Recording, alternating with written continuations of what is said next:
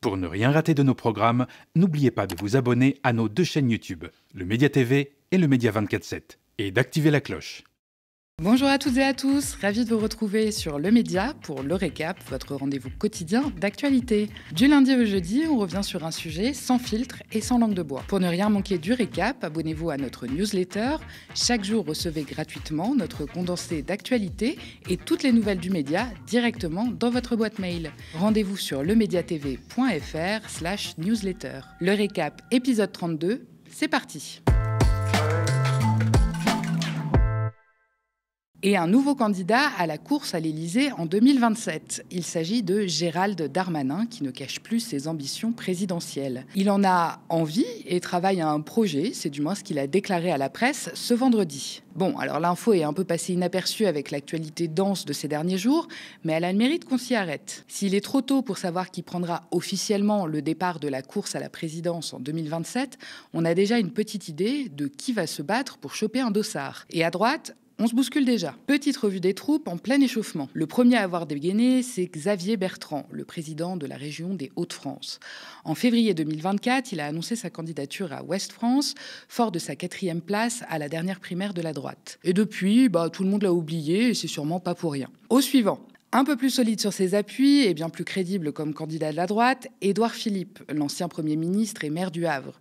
Lui aussi a dégainé assez tôt, ne faisant pas grand mystère sur ses ambitions présidentielles. Il a fait acte de candidature publiquement en septembre dernier. Depuis, il est en pré-campagne, il cultive sa singularité et prend ostensiblement ses distances avec le président de la République. Plus récemment, on a aussi eu le droit aux ambitions présidentielles de David Linard, le maire LR de Cannes, qui se rêve jouant les premiers rôles et compte bien se positionner pour une potentielle primaire. Rien que ça. Et le mois dernier, c'est évidemment Laurent Wauquiez qui s'est déclaré toujours prêt à se sacrifier pour sauver le monde. Il ambitionne d'accéder aux plus hautes fonctions pour reconstruire le pays. Et nous pouvons désormais compléter la liste des candidats déclarés avec le ministre de la Justice en place, Gérald Darmanin. À côté de cela, il y a ceux qui s'échauffent encore un peu en coulisses, plus ou moins discrètement, estimant que le bon moment n'est pas encore arrivé pour se déclarer officiellement. De ce côté-là, il y a des poids lourds. On peut entre autres évoquer Gabriel Attal, Bruno Retailleau ou un potentiel Dominique de Villepin qui connaît un regain de popularité assez exceptionnel,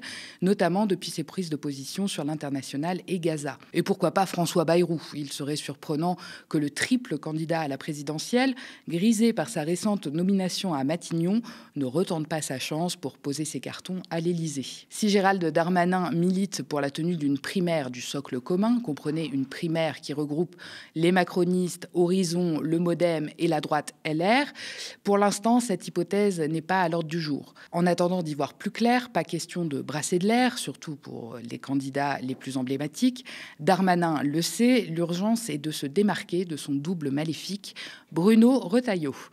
Si le ministre de l'Intérieur est encore occupé pour les 3 semaines à venir avec sa campagne pour décrocher la présidence de LR, cette conquête n'est qu'une étape dans sa stratégie plus globale pour mettre la main sur l'Élysée. Depuis son arrivée au gouvernement, l'ex-chef de file des sénateurs LR enchaîne déplacements et prises de parole médiatiques, martelant un discours de fermeté qui ne fait pas toujours l'unanimité au sein du camp présidentiel. Il est partout, il prend la parole sur tout et ne cesse de tirer la barre à droite. Du bras de fer avec l'Algérie aux déclarations choc sur le voile, en passant par ses multiples prises de position sur l'immigration, Bruno Retailleau s'impose dans l'espace médiatique comme personne. Une stratégie qui semble d'ailleurs porter ses fruits. En l'espace de quelques mois, le conservateur a grimpé de la 23e à la 9e place dans le baromètre IFOP des personnalités politiques les plus appréciées.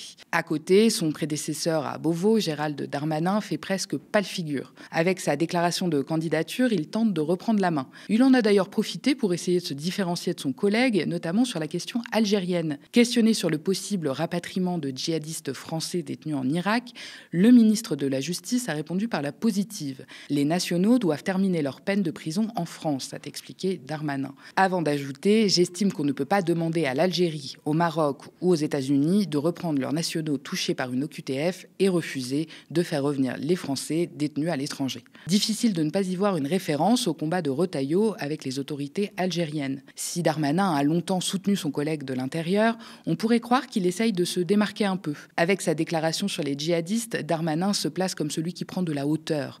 La droite dure, mais pragmatique.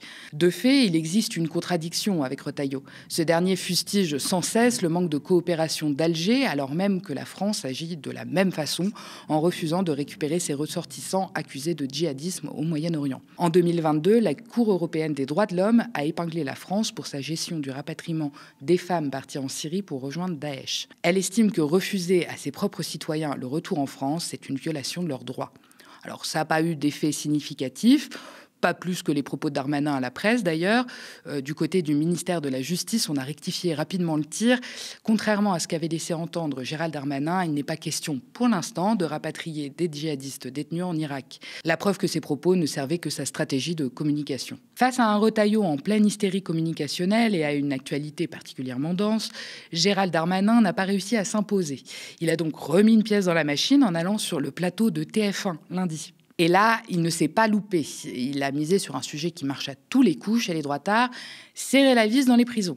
Un peu à la manière de Wauquiez et de son idée de renvoyer les personnes sous OQTF au bagne à Saint-Pierre-et-Miquelon. Darmanin recycle un vieux principe bien populiste pour le remettre au goût du jour. On l'écoute. Vous dites que vous voulez améliorer la sécurité dans les prisons. Avec quels moyens, avec quel argent ? D'abord, je remercie le Président et le Premier ministre parce que le ministère de la Justice n'est pas touché par les annulations de crédit, donc on va pouvoir continuer à construire, à équiper. Et on part de très bas. Exactement, on part de très bas, mais on met beaucoup de moyens supplémentaires. On va construire des prisons plus vite, plus rapidement. On va équiper les agents pénitentiaires. Et puis chacun doit y participer. Jusqu'à 2003, les détenus participaient aux frais d'incarcération. Comme il y a un forfait hospitalier, il y avait un forfait de présence dans la prison. Je vais rétablir, c'est ce que j'annonce dans la lettre ce soir que j'ai mis sur les réseaux sociaux et que je crois vous avez, je vais rétablir ces frais d'incarcération. Aujourd'hui, ça coûte 10 millions d'euros par jour, le fonctionnement de nos prisons, quasiment 4 milliards d'euros par an. Les détenus doivent contribuer aux frais d'incarcération. Donc ils vont payer pour être détenus. Combien vont-ils payer ? Ils vont tous payer la même chose ? C'est par jour, par mois de détention ? On va en discuter. D'abord, il faut continuer le travail en prison. Il n'y a pas de raison que les détenus ne travaillent pas en prison. Une partie d'entre eux le font. Et puis, ils doivent payer ce qu'ils doivent aux victimes, évidemment. Et puis, je pense que la participation, il ne s'agit pas de faire payer les 4 milliards aux détenus, bien évidemment, mais une participation aux frais, au service public de la justice, 4 milliards d'euros sur l'impôt des Français, me paraît une bonne mesure. Son idée lumineuse est donc de faire contribuer les détenus à leurs frais de détention. Une sorte de taxe de séjour, un peu comme au camping. L'histoire ne dit pas si une exonération est prévue en cas de surpopulation carcérale, d'insalubrité ou de non-respect des droits humains fondamentaux, comme il est si souvent le cas au sein des établissements pénitentiaires français. La France a d'ailleurs été plusieurs fois condamnée pour ça. Comme Darmanin l'a lui-même rappelé, jusqu'en 2003, certains détenus devaient s'acquitter de frais d'incarcération. C'est vrai, mais cela ne concernait que ceux qui exerçaient une activité en prison, à qui l'on prélevait alors quelques dizaines d'euros par mois. À ce stade, le ministre se contente d'un effet d'annonce sans trop expliciter les contours réels de sa proposition. Elle n'a d'ailleurs pas manqué de faire réagir, et comme Wauquiez, plutôt à son désavantage. La proposition a fait bondir la contrôleure générale des lieux de privation de liberté, Dominique Simoneau. Quand vous visitez un endroit qui est occupé à 250% bourré de vermine, vous pensez que ça vaut une participation ? A-t-elle questionné ? Au 1er mars, les prisons ont battu un nouveau record avec plus de 82 000 détenus pour un total de 62 539 places opérationnelles, soit une densité globale de 131% selon les chiffres du ministère de la Justice. Même réaction chez Éric Dupond-Moretti, ancien ministre de la Justice lui-même, qui ne manque pas de mots pour qualifier la bêtise de la proposition. Hérésie, course à la démagogie, initiative ubuesque, tout y passe. Pour lui, il faut d'abord aller au bout de la promesse présidentielle, faisant référence à la construction promise par Macron de 15 000 nouvelles places de prison. En l'état, pour l'ex-ministre, ce serait faire payer à des détenus l'indignité. L'Observatoire international des prisons juge l'idée brutale et déconnectée des réalités sociales. Il souligne que la prison participe à la paupérisation.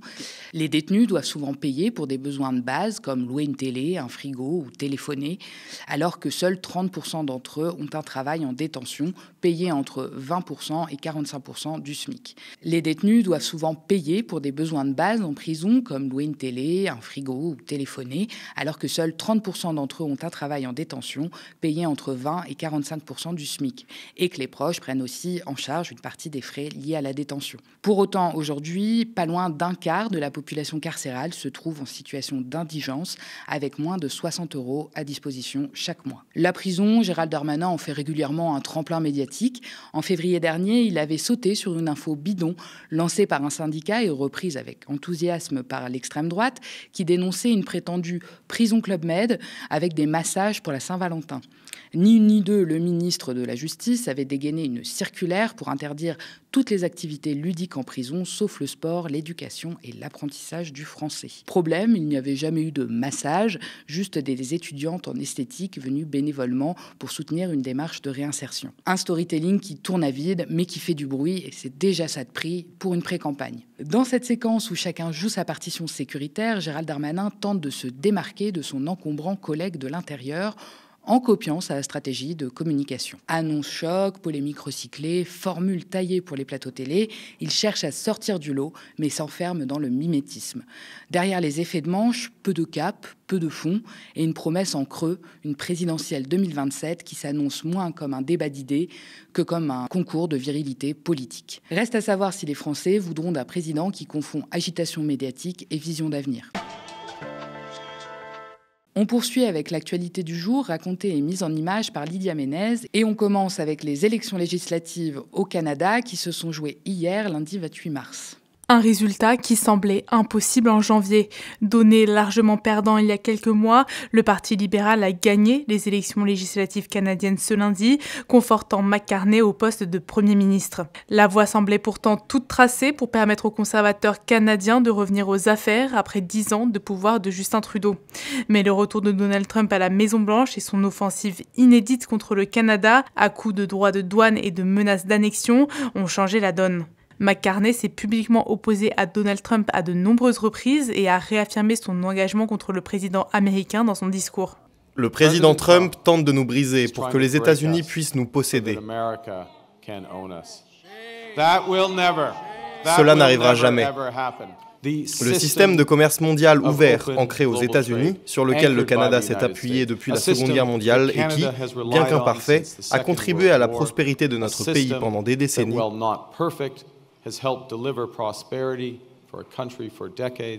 est révolu. On poursuit avec la situation à Gaza. L'ONG Amnesty International publie son rapport annuel et ose le terme génocide pour qualifier les exactions de l'armée israélienne. L'ONG Amnesty International affirme, dans un rapport annuel diffusé mardi, que le monde assiste sur ses écrans à un génocide en direct à Gaza depuis les attaques du Hamas contre Israël le 7 octobre 2023. L'année 2024 restera dans les mémoires comme celle d'une occupation militaire israélienne plus éhontée et meurtrière que jamais, écrit Agnès Calamar, secrétaire générale de l'organisation. Les recherches d'Amnesty International ont montré qu'Israël avait perpétré des actes interdits par la Convention sur le génocide dans l'intention spécifique de détruire la population palestinienne de Gaza, commettant ainsi un génocide, poursuit l'organisation qui pointe aussi du doigt l'inaction des différents gouvernements. Les États ont regardé comme s'ils étaient impuissants. Israël tuait des milliers de Palestiniennes et de Palestiniens, massacrant des familles entières sur plusieurs générations et détruisant des habitations, des moyens de subsistance, des hôpitaux et des établissements scolaire. Merci d'avoir regardé cette nouvelle édition du Récap. N'hésitez pas à nous laisser vos impressions en commentaire si vous nous regardez sur YouTube ou via email si vous nous regardez à la télé. Continuez à nous soutenir et abonnez-vous à partir de 5 € par mois ou devenez même sociétaire de notre coopérative. Rejoignez-nous dès maintenant sur soutenez.lemediatv.fr. Abonnez-vous aussi à nos 2 chaînes YouTube, Le Média TV et Le Média 24/7, pour ne rien rater de nos nouveaux programmes. Très bonne soirée sur Le Média.